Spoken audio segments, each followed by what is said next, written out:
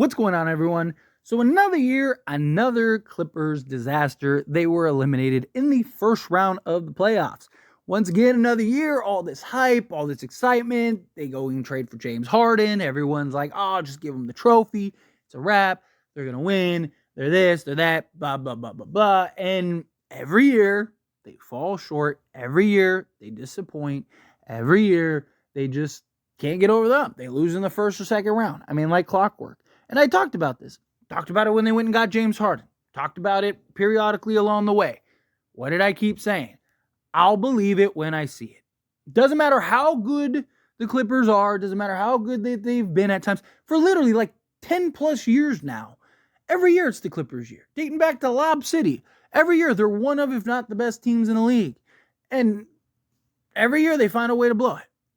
Now they went on this crazy run, which was very impressive. Don't get me wrong, but they go on this crazy run. They're the 1 seed. You know, they were like 35-15 at one point, and it was like after going 0-6 after the Harden trade, and it was just like, oh man, maybe this year's different. And what did I keep saying? No, it's not. It's going to be the same year like it is every year. Right? Like again, sometimes people always want to go against the trend. Sometimes you just keep following it. Right? People always think like, man, you're not going to lose 11 hands in a row. Well, sometimes you do. Or like a roulette wheel, for example, right? You see, people see 8 reds and they're like, oh man, it's going to hit black. Not necessarily, right? Like, it's just Clippers are that team, right? You need them to hit black, and they just keep hitting red every year, over and over and over again. So again, I don't believe in them. And I think next year is going to be more of the same because they're going to have the same players. And they're already falling into the same trap. I mean, Kawhi Leonard, your best player, he's never healthy. The guy load manages all season long, misses games, does this, that, and the other to not play in the playoffs every year. It's like the second year in a row that he was not even there. He played one game, I think, this go around, and I think he did the same thing last year against, who was it, Phoenix? So the Clippers go and give Kawhi this max contract extension. It's like, what? For what? I understand you got this new shiny arena and you want the star power and you want the draw and the allure and all that stuff. Well, guess what? Nobody's going to care after a while. Right? The names on the back of the jersey eventually just become names on the back of the jersey. And eventually people just go, right? You were going to have a big draw regardless. It could have been a bunch of role guys and you would have had a big draw because it's a new arena. And people are going to come and they're going to want to be curious. And even non-Clipper fans are going to come check it out. And they're going to make a ton of money in the first year, maybe 2 years. Right? And yes, it's cool that they have Kawhi Leonard and Paul George and James Harden and Ty Lue is the head coach, and Steve Ballmer's, got the deepest pockets in the NBA and all that stuff, and he just wants to win. And I love Steve Ballmer's passion. I do, genuinely. But again, it means nothing if you don't win. And that max contract extension wasn't going anywhere. So to me, it's why wouldn't you have waited to see if he was going to show up in the playoffs this year? Because now, another year in a row that he fails to show up, and now what? Now you're going to count on him to do it again? What's the definition of insanity? You do something over and over again expecting a different result? Well, guess what?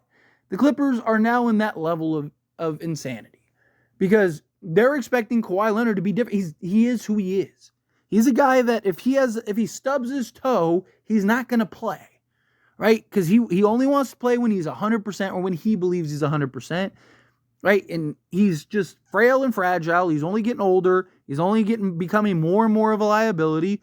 Cool. You assign him to new contracts so that way now he's on the roster. That's great. You got Kawhi Leonard. Good luck with him in the playoffs. Right? Seriously, good luck with him in the playoffs. And then now you got the whole Paul George situation. One, I think Paul George should end up leaving, right? If I'm being honest, I think he should, go to the Sixers or something like that.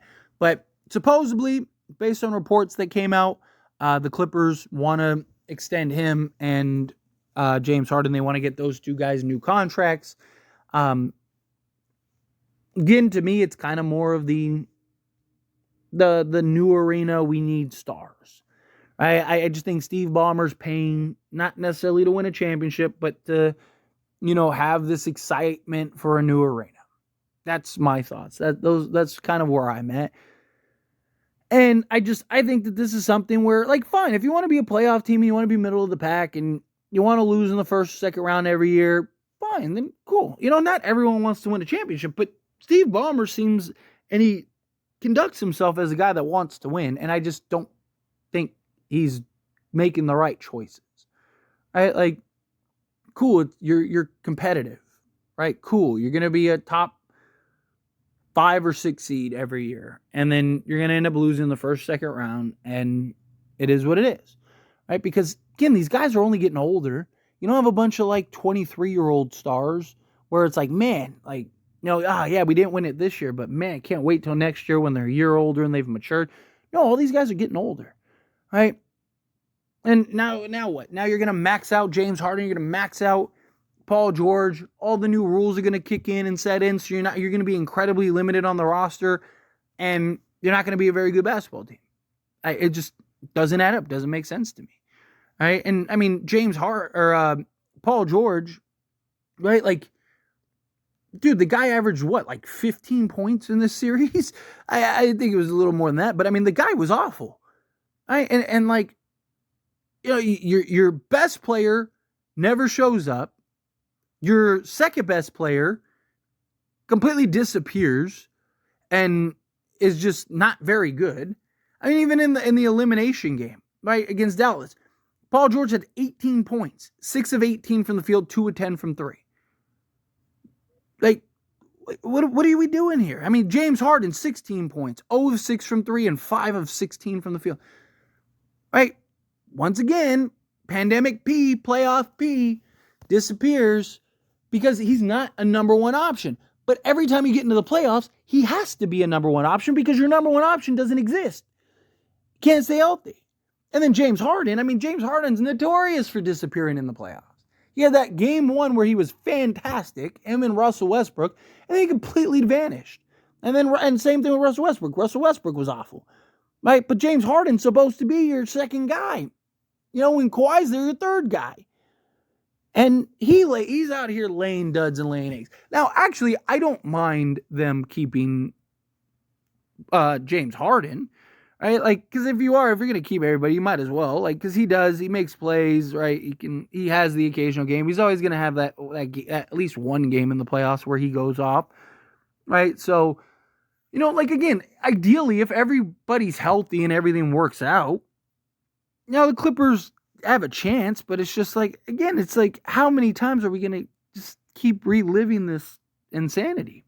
Look, I'm not a Clippers fan by any stretch of the imagination, so I care less, right? Like, but it's just, I feel for Clipper fans, because it's just like, it sucks. Like, I would hate to be in this position where it's like, man, we have all this talent on paper and they never show up, right? The guys that do play don't show up, and the guy that we need to play doesn't show up. So it's just like, you just have a team full of no-shows, right? It's just like, but it's the same thing every year. It's like, what do you expect? It's literally the definition of insanity. But I mean, at this point, if you're the Clippers, your other option is to rebuild, right? Which I just don't think Steve Ballmer is going to do with a brand new arena.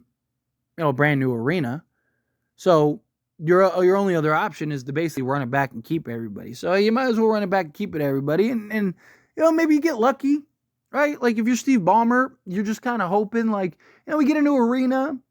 Maybe, like, the excitement will change, right? Because you're not in the Lakers arena. You're not, you have that excitement. You have that joy, right? The crowd is most likely going to be all your fans, where instead it's like 90% Laker fans. Like, it's just, it's the newness, right? You maybe get that dark cloud over your head to evaporate a little bit, because you got this new arena and you got these players, and then, maybe you get lucky and, the dominoes kind of fall your way a little bit, right? Maybe next year, Kawhi Leonard is healthy in the playoffs. Paul George and James Harden are get another year together, right, with Kawhi, and you got this new shiny new arena, and like I said, maybe a couple things kind of roll your way and you win. I don't really count on it. Again, it's one of those things you're gonna have to prove it to me. I need to see it. I need you to show me. Otherwise, I can't believe it. I'll believe it when I see it. But anyway, as always, this is a discussion. Pass a question on you. Let me know your thoughts and opinions down in the comments below. What do you think? How do you feel? What are your thoughts? Do you feel a certain way about the Clippers? Do you think like, man, I saw this coming? Again, how do you feel? Whatever your thoughts are, love to hear it. Let me know down in the comments below. That being said, if you haven't liked this video, hit that like button. It helps me a lot. So we enjoy these types of videos, and I truly appreciate it. Not subscribe channel, hit that subscribe button. Turn on the bell notifications. Appreciate y'all. See you in the next one.